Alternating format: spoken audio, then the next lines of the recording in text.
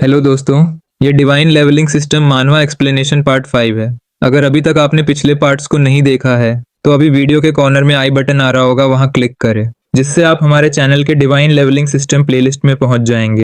पिछले पार्ट में हमने देखा कि बड़ा आदमी शू का मजाक उड़ाता है, जिसको देखकर लीडर उसे और जो लोग हंसते हैं उन्हें आगे आकर झुकने और 100 बार पुशअप करने के लिए कहता है। वे हाँ में जवाब देते हैं। लीडर प्रोटैगोनिस्ट के पास जाता है और कहता है कि चाहे वह अकादमी का स्टूडेंट हो या ना हो, क्योंकि वह मिशन में भाग ले रहा है, इसलिए वे दोनों एक जैसे हैं और उसे हमेशा सतर्क रहने के लिए कहता है। प्रोटैगोनिस्ट भी हाँ में जवाब देता है। लीडर कहता है कि बाकी लोगों अपना हथियार तैयार कर ले, क्योंकि वे 15 मिनट में निकल जाएंगे। प्लेन उड़ान भरता है। इस बीच ट्रेनिंग कैबिन में सैनिक ट्रेनिंग कर रहे हैं। तभी एक लड़का शू के पास आता है और पूछता है कि क्या वह अकेडमी का स्टूडेंट है, और अपने बारे में बताता है कि वह खुद भी अकेडमी से ग्रेजुएटेड है और उसका नाम ली है और तुम मुझ पर भरोसा कर सकते हो। शू बैठे हुए उसे देखता है। लड़का उसके बगल में बैठ जाता है और कहता है कि तुम सिर्फ एक छात्र हो जिसका अभी तक ग्रेजुएशन भी पूरा नहीं हुआ है, और पूछता है कि उसे उनके साथ क्यों भेजा जा रहा है, क्योंकि यह खतरनाक है। प्रोटैगोनिस्ट आह भरता है और जवाब देता है कि यह स्कूल की ओर से एक सजा है। ली उसके बारे में अधिक जानने के लिए उत्सुक हो जाता है। तभी एक कोका कोला का कैन उन पर फेंका जाता है और बड़े आदमी सामने आता है और कहता है कि चूंकि वह एक नौसिखिया है, उसे ट्रेनिंग करना चाहिए, अपने दोस्त से बात नहीं करना चाहिए। लड़का कहता है कि वह उसका जूनियर है और वह उसे सिर्फ सतर्क रहने की चेतावनी दे रहा है। जिन कहता है कि वह यहाँ सिर्फ कुछ दिनों से है और उसे अपने काम में ध्यान देना चाहिए। वह नीचे बैठ जाता है और पूछता है कि बॉक्स में क्या है। ये सोचकर कि क्या यह किसी तरह का खजाना है, उसे बॉक्स देखने देने के लिए कहता है। लेकिन प्रोटैगोनिस्ट अपना हाथ बॉक्स पर रखता है और पूछता है कि क्या उसके माता पिता ने उसे दूसरे लोगों की चीजों को नहीं छूना चाहिए नहीं सिखाया है। जिन कहता है कि वह घमंडी है। उसके दोस्त कहते हैं कि उन्हें उस खजाने को देखना चाहिए जो बच्चे के पास बॉक्स में है, वरना वे उसे सबक सिखाएंगे। शू बॉक्स पर अपना हाथ रखते हुए पूछता है कि क्या उसने कभी सुना है कि जिज्ञासा बिल्ली को मार देती है। जिन बॉक्स खींचता है और उसे चुप रहने के लिए कहता है। जब वह इसे उठाता है तो वह देखता है कि यह काफी भारी है। प्रोटैगोनिस्ट उठता है और अपने पैर से मार के बॉक्स खोलता है, अपना भाला निकालता है, उसे पकड़ता है और जिन पर भाला तान देता है। जीन का चेहरा गुस्से से लाल हो जाता है और शू कहता है कि वह यह बताना तो भूल ही गया कि उसकी सिल्वर सोल हमेशा ब्लड देखना चाहती है जब भी उसका यूज किया जाता है। जिनके गले को छूते हुए वह कहता है कि रैंक 1 का एक मार्शल आर्टिस्ट कुछ खास नहीं लगता। जिन ने अपनी गर्दन पर हाथ रखकर पूछा कि उसने क्या कहा। प्रोटैगोनिस्ट जवाब देता है कि उसने कहा कि वह कचरा है। जिन गुस्से में अपने दांत पीसता है और उसे मारने की कोशिश करता है और पूछता है कि क्या शू मरना चाहता है। हालांकि शू पहले उसके चेहरे पर वार करता है और कहता है कि वह बहुत स्लो है। जिन जमीन पर गिर जाता है और फिर से उस पर हमला करने की कोशिश करता है। तभी एक आवाज आती है जो उन्हें रुकने के लिए कहती है। पूछती है कि क्या वह फिर से नए लोगों को परेशान कर रहा है। पीले बालों वाला पास आता है और कहता है कि बच्चे ने जिनको एक मुक्का मारकर नीचे गिरा दिया। लीडर कहता है कि एक रैंक 1 मार्शल आर्टिस्ट को एक ऐसे लड़के ने गिरा दिया जिसे अभी ऑफिशियली फाइटर के रूप में मान्यता भी नहीं मिली है। पूछता है क्या तुम्हें शर्म नहीं आती। उसने आगे कहा, अगर मैं तुम्हारी जगह होता तो लाइट फोर्ट्रेस में अपनी जिंदगी बचाने के बारे में सोचता। इस बीच लाइट फोर्ट्रेस में 3 अन्य स्क्वाड लीडर किले के सेंट्रल एरिया की ओर बढ़ चुके थे ताकि ज्यादा खतरनाक राक्षसों से निपट सकें। लीडर ओयांग बाकी लोगों की ओर देखता हुआ बोलता है कि बाकी सब 10-10 के 4 ग्रुप में बंटकर साउथ की ओर जाएंगे। शू ने पास खड़े एक लड़के से पूछा, क्या तुम पहले भी यहाँ आए हो। लड़का, जिसका नाम ली था, सिर हिलाकर कहा, नहीं, मैं सिर्फ 1 साल पहले ही इस टीम में शामिल हुआ हूँ। जीन बोलता है कि उसे उम्मीद है कि शू अपनी जिंदगी बनाए रख सकेगा। शू मुस्कुराया और जवाब दिया, चिंता मत करो, मैं जरूर बचूंगा। लेकिन ये सोचने वाली बात है कि तुम जैसे बेकार फाइटर जो एक स्टूडेंट तक को नहीं हरा सकते, कल का उजाला देख भी पाएंगे या नहीं। एक लड़की आती है जो जिनको चुप हो जाने और अपनी नफरत को एक तरफ रख देने के लिए कहती है, क्योंकि वह नहीं चाहती कि उनकी एकता की कमी से दूसरे किसी मेंबर की जान खतरे में आए, और कहती है कि उन्हें आगे बढ़ना चाहिए। जैसे ही वे आगे बढ़ते हैं, एक आवाज आती है, जम्बी। एक भयानक जम्बी उनके पास आता है। ग्वेन हमला करने के लिए आगे बढ़ती है और कहती है कि वे 10 लोग हैं जिन्हें शहर से इवॉल्व्ड बीस्ट और जॉम्बी को खत्म करने का काम सौंपा गया है। जिन कहता है कि वे केवल कुछ पहले लेवल के जॉम्बी हैं और यह मिशन इतना कठिन भी नहीं है। वह जवाब देती है कि यह शहर के बाहरी इलाके में ही है, क्योंकि हाई लेवल के जॉम्बी और इवॉल्व्ड बीस्ट शहर के सेंटर के करीब हैं। सभी सैनिक चलते हैं और देखते हैं कि कुछ गड़बड़ है। कई दूसरे लेवल के जॉम्बी से उनका आमना सामना होता है। जिन कहता है कि और भी बेवकूफ आ गए। उन पर हमला करने के लिए अपने हथियार के साथ आगे बढ़ता है। जॉम्बी भी उसकी ओर भागता है और उसे पता चलता है कि यह काफी तेज है। उसने इसे कमजोर समझा था, लेकिन अचानक शू अपने भाले से जॉम्बी को मार देता है। जिन मदद के लिए उसका शुक्रिया अदा करता है। प्रोटैगोनिस्ट हमला करने के लिए आगे दौड़ता है क्योंकि दूसरे स्तर के जॉम्बी बहुत एक्सपीरियंस पॉइंट्स देते हैं। कई ज़ॉम्बी उसके पास आते हैं और वह उनसे लड़ता है और उन्हें मार देता है। बाकी सभी सैनिक देखते हैं और ली पूछता है कि क्या वह ऑफिशियल वॉरियर नहीं है, क्योंकि वह उनसे अधिक शक्तिशाली लगता है। जिन आश्चर्य होकर देखता है कि भाला जिसे वह दोनों हाथों से नहीं उठा पाया था, शू आसानी से संभाल रहा है। ग्वेन उनसे कहती है कि वे वहां खड़े न रहें क्योंकि ये दूसरे स्तर के ज़ॉम्बी हैं और उन्हें सावधान रहने की आवश्यकता है। फिर वे भी हमला करने के लिए आगे बढ़ते हैं। ग्वेन उनसे लड़ती हैं और अन्य दो भी शामिल हो जाते हैं। फिर वे एक अजीब सी आवाज़ सुनते हैं और कंफ्यूज हो जाते हैं। शू कहता है कि ज़ॉम्बी बॉस और ज़ॉम्बीज़ को बुला रहा है। वे डर जाते हैं। बहुत सारे ज़ॉम्बी उन पर हमला करने के लिए उनके पास आते हैं। ग्वेन अपने हथियार के साथ उन्हें शांत रहने और नहीं घबराने के लिए कहती है। हाथ में हथियार लिए हर कोई ज़ॉम्बी पर गोली चलाना शुरू कर देता है, लेकिन उनकी संख्या बहुत ज्यादा होती है। फिर भी वे गोली चलाते रहते हैं। शू को कुछ ज़ॉम्बीज़ को हराने के लिए एक्सपीरियंस पॉइंट्स मिलता है। शू अपना स्टैट्स देखता है और नोटिस करता है कि उसकी ताकत और स्पीड बढ़ गई है और अधिक नोटिफिकेशन ये कहते हुए आती हैं कि उसकी कॉम्बैट पावर बढ़ गई है और उसे लेवल 1 वॉरियर का टाइटल मिला है। शू सोचता है कि यह बहुत अच्छा है और अब वह फरी बफ का उपयोग केवल 8 घंटे के कूल डाउन के साथ दिन में 3 बार कर सकता है। सैनिक ज़ॉम्बीज़ पर हमला करते रहते हैं। ग्वेन ने सभी को क्लोज कॉम्बैट के लिए तैयार रहने को कहा। फिर वह अपनी तलवार निकालती है और मार्शल स्किल वॉइड स्लैश का उपयोग करती है। फिर सभी हमला करने के लिए चिल्लाते हैं। शू हंसते हुए सबसे आगे दौड़ता है। बाकी को यह अजीब लगता है, लेकिन वह दौड़ता है और ज़ॉम्बीज़ पर हमला करता है। हालांकि सुनहरे बालों वाला लड़का उनके पीछे और अधिक ज़ॉम्बीज़ को आते हुए देखता है और उनकी संख्या बहुत अधिक होती है। ग्वेन कहती है कि ये बहुत ज्यादा ज़ॉम्बीज़ है और उन्हें इनके बीच घिरना नहीं चाहिए, इसलिए उसने उन्हें भागने के लिए कहा। उन्हें एक इमारत मिलती है और वे सभी को वहां छुपने के लिए कहते हैं। इमारत की ओर बढ़ते हुए वे ज़ॉम्बी पर गोली चलाते रहते हैं। वे इमारत के अंदर जाते हैं। ली कैप्टन और शू को जल्दी से आने के लिए कहता है क्योंकि वहां एक सिक्योरिटी डोर है जिसे अभी भी बंद किया जा सकता है। ग्वेन जवाब देती है कि अगर वे भागते हैं तो वे समय पर दरवाजा बंद नहीं कर पाएंगे और शू को पहले जाने के लिए कहती है क्योंकि वह ज़ॉम्बी को रोक लेगी। प्रोटैगोनिस्ट उसे दरवाजे की ओर धकेलता है। वह चौंक जाती है और शू कहता है कि उसे लड़कियों को अपनी सुरक्षा करने देने की आदत नहीं है। कैप्टन उसे बुलाती है, लेकिन जिन उसका हाथ पकड़ लेता है उसे खींचता है। ग्वेन उसे जाने देने के लिए कहती है क्योंकि शू खतरे में है। जिन उसे देखने के लिए कहता है क्योंकि शू ज़ॉम्बीज़ को बहुत अच्छी तरह से संभाल रहा है। वह अपने the 100 bird phoenix martial skill का उपयोग करता है, जिससे कई लपटें निकलती हैं और ज़ॉम्बीज़ जलने लगते हैं, जिससे एक बड़ा विस्फोट होता है। सभी अपना मुंह खोले हुए देखते हैं और पूछते हैं कि ये कौन सी तकनीक है जो इतनी शक्तिशाली है। जिन शू को जल्दी से अंदर जाने के लिए कहता है। प्रोटैगोनिस्ट अंदर आता है और जैसे ही वे गेट बंद करने जाते हैं, वे देखते हैं कि यह भारी है, लेकिन वे इसे बंद करने में कामयाब हो जाते हैं। फिर ज़ॉम्बीज़ के गेट पर टकराते की आवाज़ आना शुरू होती है। ग्वेन कहती है कि वहाँ बहुत सारे ज़ॉम्बी हैं और गेट ज़्यादा टाइम तक नहीं टिकेगा। सैनिक कहता है कि दूसरी मंजिल की सीढ़ी में बहुत मोटा लोहे का दरवाज़ा है और जगह संकरी है, जो बचाव के लिए अच्छी है। गेट बहुत कमज़ोर हो जाता है और तोड़ दिया जाता है और कई ज़ॉम्बी अंदर आते लगते हैं। शू कहता है कि गेट बहुत कमज़ोर था और कैप्टन उन्हें ऊपर जाने के लिए कहती है। ज़ॉम्बीज़ तेजी से आते हैं और वे भागते हैं, अपने पीछे लोहे का गेट बंद करते हैं। ज़ॉम्बीज़ अंदर आने की कोशिश करते हैं। ग्वेन उन्हें पहले ऊपर जाने और किसी भी ज़रूरी खतरे की जांच करने और उसे ख़त्म करने के लिए कहती है। वे ऊपर जाते हैं और ली को कुछ अजीब लगता है। वह उस एरिया में एक मम्मी और कई मकड़ी के जाले देखता है। वह कहता है कि यहाँ एक म्यूटेंट स्पाइडर हो सकता है जो छिपा हुआ है, लेकिन तभी उसकी पीठ पर कुछ गिरता है। जिन अपने हथियार से इसे हटाता है, जिससे एक मकड़ी दिखाई देती है। प्रोटैगोनिस्ट कहता है कि यह एक लेवल 1 ब्लैक स्पाइडर है। जिन कहता है कि ली के पास काला जुबान है क्योंकि वह जो भी कहता है वह सच हो जाता है, और ग्वेन कहती है कि ऐसा लगता है कि हम मकड़ी के घोंसला में हैं। पीले बालों वाला उन्हें देखने के लिए कहता है और कई मकड़ियां पास आती हैं। ग्वेन कहती है कि उन्हें तीसरी मंजिल पर भाग जाना चाहिए। जब वे वहां पहुंचते हैं तो उन्हें और मकड़ियां मिलती हैं और उनमें से कई करीब आती हैं। अपनी स्किल का उपयोग करते हुए वह उन्हें ऊपर जाने के लिए कहती है, फिर और स्पाइडर्स को मारती है। शू कहता है कि इमारत में 4 मंजिलें हैं और सीढ़ियां छत तक जा सकती हैं। उन्हें वहां जाने के लिए कहता है। फिर वे हमला करते हैं, मकड़ियों को भगाते हैं और छत की ओर बढ़ते हैं। ली दरवाजा बंद करता है और कहता है कि वह थकावट से मर रहा है। कैप्टन उन्हें थोड़ा आराम करने के लिए कहती है क्योंकि ज़ॉम्बीज़ अपने आप तितर बितर हो जाएंगे। प्रोटैगोनिस्ट देखता है और ग्वेन पास आती है। कहती है कि इमारत के चारों ओर कई ज़ॉम्बीज़ हैं। फिर उन्हें लेवल 2 का एक शार्प टूथ कुत्ता दिखाई देता है जो कई ज़ॉम्बीज़ पर हमला करना शुरू कर देता है। सैनिकों को समझ नहीं आता है क्योंकि कुत्ते और ज़ॉम्बीज़ एक समूह में लड़ रहे हैं। ग्वेन कहती है कि पहली मंजिल पर मौजूद ज़ॉम्बीज़ शायद बाहर चले गए हैं, इसलिए अब उनके जाने का समय है। जबकि प्रोटैगोनिस्ट को आश्चर्य होता है कि इवॉल्व्ड बीस्ट ज़ॉम्बीज़ पर हमला क्यों कर रहे हैं। कैप्टन सभी को अपने हथियार व्यवस्थित करके नीचे जाने के लिए तैयार होने को कहती है। ली पूछता है कि क्या वे ऐसे ही जाने वाले हैं और वह जवाब देती है कि पहले वे इस एरिया से बाहर निकलेंगे। फिर बाहर फिर से इकट्ठा होंगे और एक्सटर्मिनेशन मिशन जारी रखेंगे।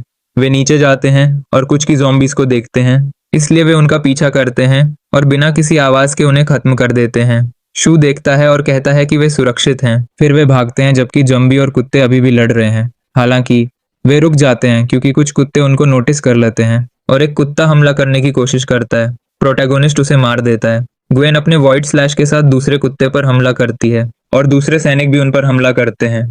जिन पूछता है कि क्या सभी कुत्ते खत्म हो गए हैं, लेकिन शू एक तीसरे लेवल के कुत्ते को मुंह में एक ज़ॉम्बी लेकर आते हुए देखता है।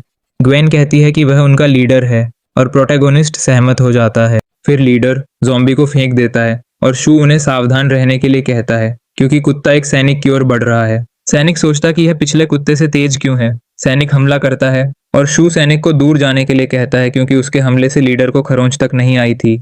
सैनिक महसूस करता है कि कुत्ता बहुत मजबूत है। फिर लीडर सैनिक की बांह पर काटता है जिससे उसे बहुत गंभीर घाव हो जाता है। ग्वेन क्रोधित हो जाती है और अपने वॉइड स्लैश का उपयोग करती है, लेकिन लीडर बचता है और ग्वेन पर हमला करता है। शू अपने भाले के साथ कुत्ते पर हमला करता है और उसे घायल कर देता है। ग्वेन उसका धन्यवाद करती है और शू कहता है कि कुत्ते की त्वचा सख्त है और उसका मांस और उसका बचाव बहुत मजबूत है। वह कई बार अपने भाले से कुत्ते पर हमला करता है, लेकिन कुत्ता उससे लड़ता रहता है। शू फिर फरी बफ का इस्तेमाल करके हमला करता है, भाले को मजबूती से पकड़ता है और कुत्ते को हरा देता है। सैनिक खुश हो जाते हैं कि वह सफल रहा।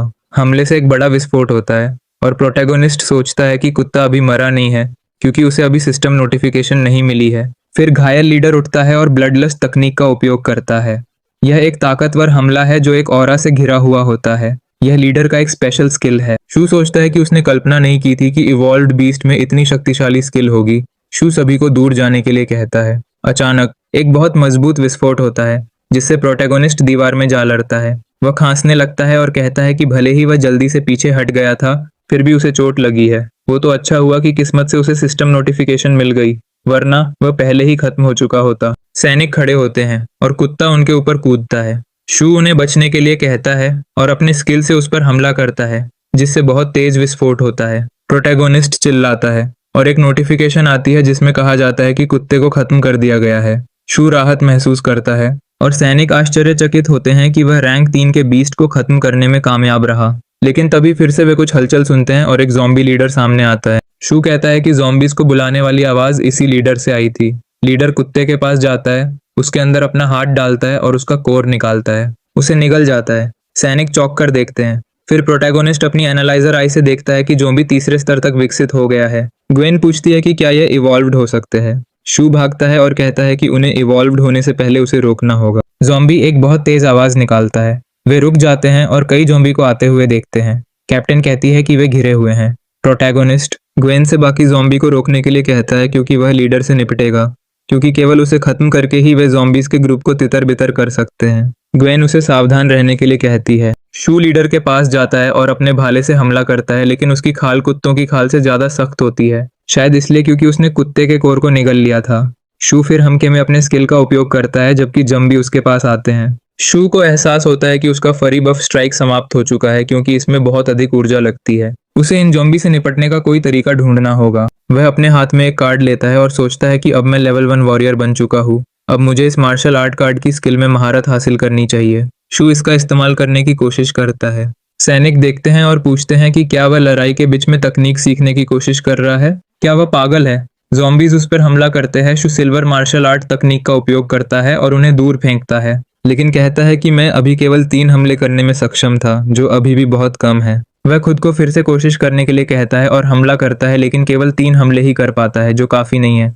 वह फिर 4 हमले करता है, लेकिन यह अभी भी काफी नहीं है। जिन कहता है कि न केवल वह लड़ाई में मार्शल आर्ट स्किल सीख रहा है, बल्कि वह उन्हें जल्दी से समझ भी ले रहा है। ग्वेन जवाब देती है कि मार्शल आर्ट स्किल निरंतर लड़ाई के माध्यम से बेहतर होते हैं, और शायद यह उसके जुनून और खुद पर भरोसा के कारण है कि उसकी इस उम्र में इतनी मजबूत इच्छा शक्ति है। कहती है कि वे किसी स्टूडेंट द्वारा नहीं हार सकते और सभी को पूरी ताकत से लड़ने के लिए कहती है। भले ही वे इस मॉन्स्टर से मुकाबला नहीं कर सकते, लेकिन वे पीछे भी नहीं रह सकते। शू ने ज़ॉम्बी पर हमला करना जारी रख और कहता कि भाले से अब 5 हमले करना उसकी सीमा है। वह कहता है कि उसने पहले ही सभी चेलों को खत्म कर दिया है और अब लीडर की बारी है। स्किल का उपयोग करते हुए हमला करता है। नेता बचाव करने की कोशिश करता है जिससे विस्फोट होता है, लेकिन ज़ॉम्बी लीडर बिल्कुल ठीक रहता है क्योंकि उसने अपना एवोल्यूशन पूरा कर लिया है। प्रोटैगोनिस्ट कहता है कि हालांकि इसकी ताकत तीसरे स्तर के कुत्ते जितनी नहीं है, लेकिन इसका स्पेशल स्किल ज्यादा परेशान कर रहा है क्योंकि लीडर की त्वचा बेहद सख्त है। अपनी एनालाइजर आई का उपयोग करते हुए वह देखता है कि जंबी नेता विकसित हो गया है और कहता है कि उसके पास जंबी के खिलाफ पूरी ताकत से लड़ने के अलावा कोई विकल्प नहीं है। शू और लीडर आमने सामने आते हैं और शू अपने भाले से उस पर हमला करता है। वह कहता है कि अगर वह उसे जल्दी से नहीं हराता है तो लीडर कोई और विकल्प न होने पर और ज़ॉम्बी बुलाता रहेगा।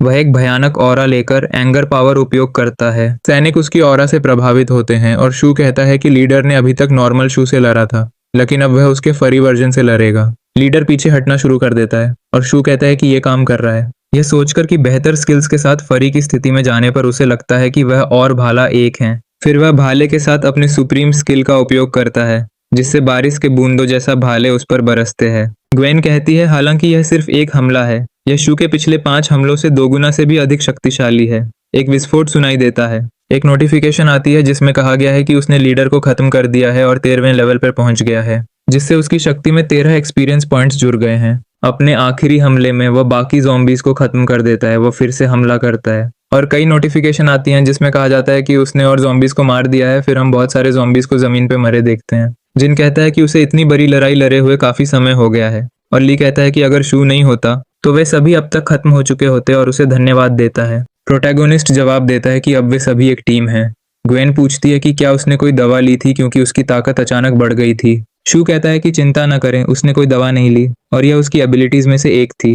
ग्वेन कहती है कि लड़ाई के दौरान तुमने लीडर को केवल कुछ घाव ही दिया था, पर तुम्हारा आखिरी वार इतना शक्तिशाली कैसे था? वह जवाब देता है कि उसे नहीं पता, लेकिन उस पल उसे ऐसा लगा जैसे वह भाले के साथ एक हो गया हो। कैप्टन पूछती है कि क्या उसने सुप्रीम स्किल को समझ लिया है और वह और अधिक जानने के लिए उत्सुक है। वह समझाती है कि यह तब होता है जब आप किसी तकनीक को इतनी गहराई से ट्रेन करते और समझते हैं कि आप उसकी फुल पावर का उपयोग कर सकते हैं, और यहाँ तक कि सबसे बुनियादी स्किल भी एक सिल्वर रैंक के स्किल जितना शक्तिशाली हो जाती है यदि आप सुप्रीम स्किल को समझते हैं। हालांकि सुप्रीम स्किल तक पहुंचना आसान नहीं है क्योंकि इसके लिए तकनीक की गहरी समझ और थोड़ी किस्मत की आवश्यकता होती है। सैकड़ों लोग किसी एक तकनीक को ट्रेन करते हैं, लेकिन केवल कुछ ही सुप्रीम स्किल तक पहुंच पाते हैं। शू कहता है कि यह शानदार है क्योंकि अगर वह वास्तव में सुप्रीम स्किल को समझ लेता है तो वह सुप्रीम स्किल के बराबर पावर का उपयोग कर सकता है। कैप्टन कहती है कि अब अंधेरा हो रहा है, इसलिए वे इमारत की छत पर रात बिताएंगे। रात होने पर वे कैंप फायर के चारों ओर बैठकर तीसरे रैंक वाले कुत्ते का मांस भूनते हैं।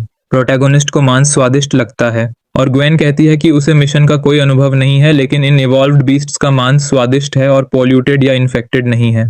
शू पूछता है कि क्या कैप्टन ने कभी सैंक्चुरी के बारे में सुना है। वह जवाब देती है कि वह शायद सैंक्चुरी एकेडमी के बारे में बात कर रहा है और समझाती है कि यह एक वॉरियर एकेडमी है जो 5 मेजर एकेडमी से आगे निकल जाती है, जो उन सभी में सबसे मजबूत है। प्रोटैगोनिस्ट पूछता है कि क्या सैंक्चुरी एक यूनिवर्सिटी है और ग्वेन हाँ कहती है और बताती है कि वह प्रवेश के लिए कम से कम एक छात्र को लेवल 2 का वॉरियर होना होता है। पीले बालों वाला शिकायत करता है कि वह अभी भी लेवल 1 पर है। शू लुओ को याद करता है और सोचता है कि यह कुछ भी नहीं है। सिस्टम के साथ लेवल 2 तक पहुंचना उसके लिए बस समय की बात है और वह वॉरियर बनने और लड़की की एक्सप्रेशन देखने के लिए इंतजार नहीं कर सकता।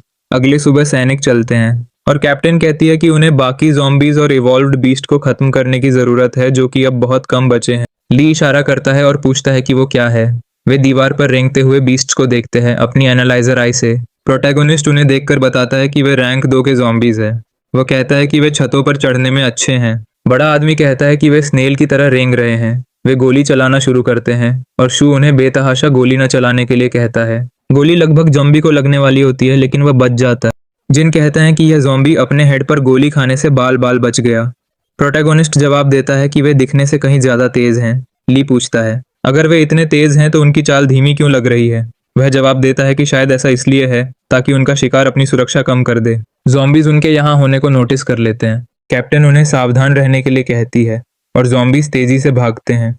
वे अपने हथियारों से गोली चलाते रहते हैं, लेकिन जैसे ही ज़ॉम्बी करीब आते हैं ग्वेन उन्हें अपने ब्लेड से खत्म करने का आदेश देती है। वह अपने स्किल से हमला करती है और सैनिक भी हमला करना जारी करते हैं। अचानक एक ज़ॉम्बी पीले बालों वाले के पीछे दिखाई देता है और उस पर हमला करता है।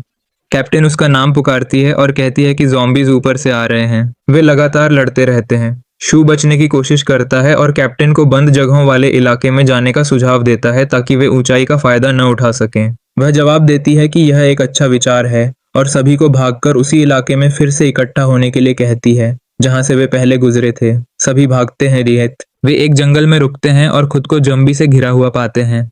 कैप्टन कहती है कि अगर वे खत्म नहीं होना चाहते हैं तो अब उनके लड़ने का समय है।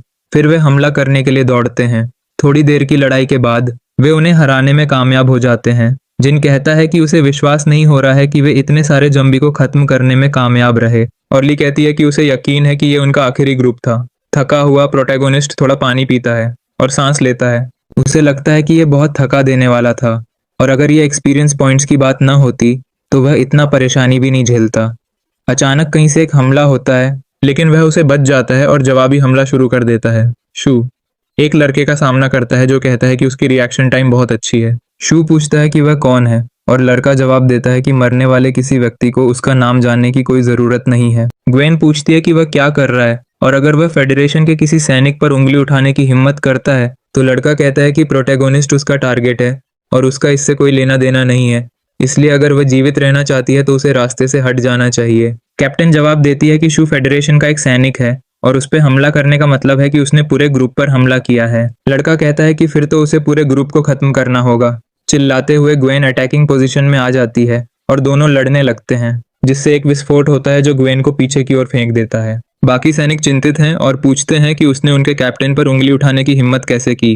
लड़का अपनी स्किल हाई स्पीड वर्ल्डविंड का उपयोग करता है। सैनिक उसके ऑरा से भयभीत हो जाते हैं। प्रोटैगोनिस्ट देखता है और भागना शुरू कर देता है। लड़का उसे कायर कहता है कि उसने अपने साथियों को छोड़ दिया और भाग गया और पूछता है कि क्या उसे लगता है कि वह उससे बच सकता है। वह शू का पीछा करता है। ली पूछता है कि क्या यह कभी खत्म भी होने वाला है। ग्वेन खड़ी होती है और कहती है कि वे शू को उसके साथ अकेला नहीं छोड़ सकते। जिन पूछता है कि वे वहां क्या करेंगे और क्या वे और कुछ नहीं कर सकते क्योंकि शू उन्हें लड़ाई में शामिल करने से बचने के लिए यहाँ से भागा है। कैप्टन अपनी तलवार पकड़ती है और कहती है कि अगर वे वहीं खड़े रहेंगे तो ये हल नहीं होगा और जो कोई भी हमारे किसी ग्रुप मेंबर पर उंगली उठाने की हिम्मत करेगा उसे उसका नतीजा भुगतना पड़ेगा। लड़का प्रोटैगोनिस्ट के सामने कूदता है और पूछता है कि उसे क्या लगता है कि वह कहाँ भाग रहा है। शू पूछता है कि किसने कहा कि वह भागने वाला है और क्योंकि उन्हें परेशान करने वाला अब यहाँ कोई नहीं है इसलिए वे अब इस लड़ाई को खत्म कर सकते हैं। तो इस वीडियो में इतना ही। अगर आपको वीडियो पसंद आया हो तो वीडियो को लाइक और इस चैनल को सब्सक्राइब करें और हाँ, बेल आइकन दबाना ना भूलें ताकि इस वीडियो का अगला पार्ट आपसे मिस ना हो जाए। और आपको इस वीडियो में क्या अच्छा लगा नीचे कमेंट में बताएं। आपकी राय जानकर खुशी होगी। Thank you for watching till the end. मिलते हैं इसके वीडियो के अगले पार्ट में।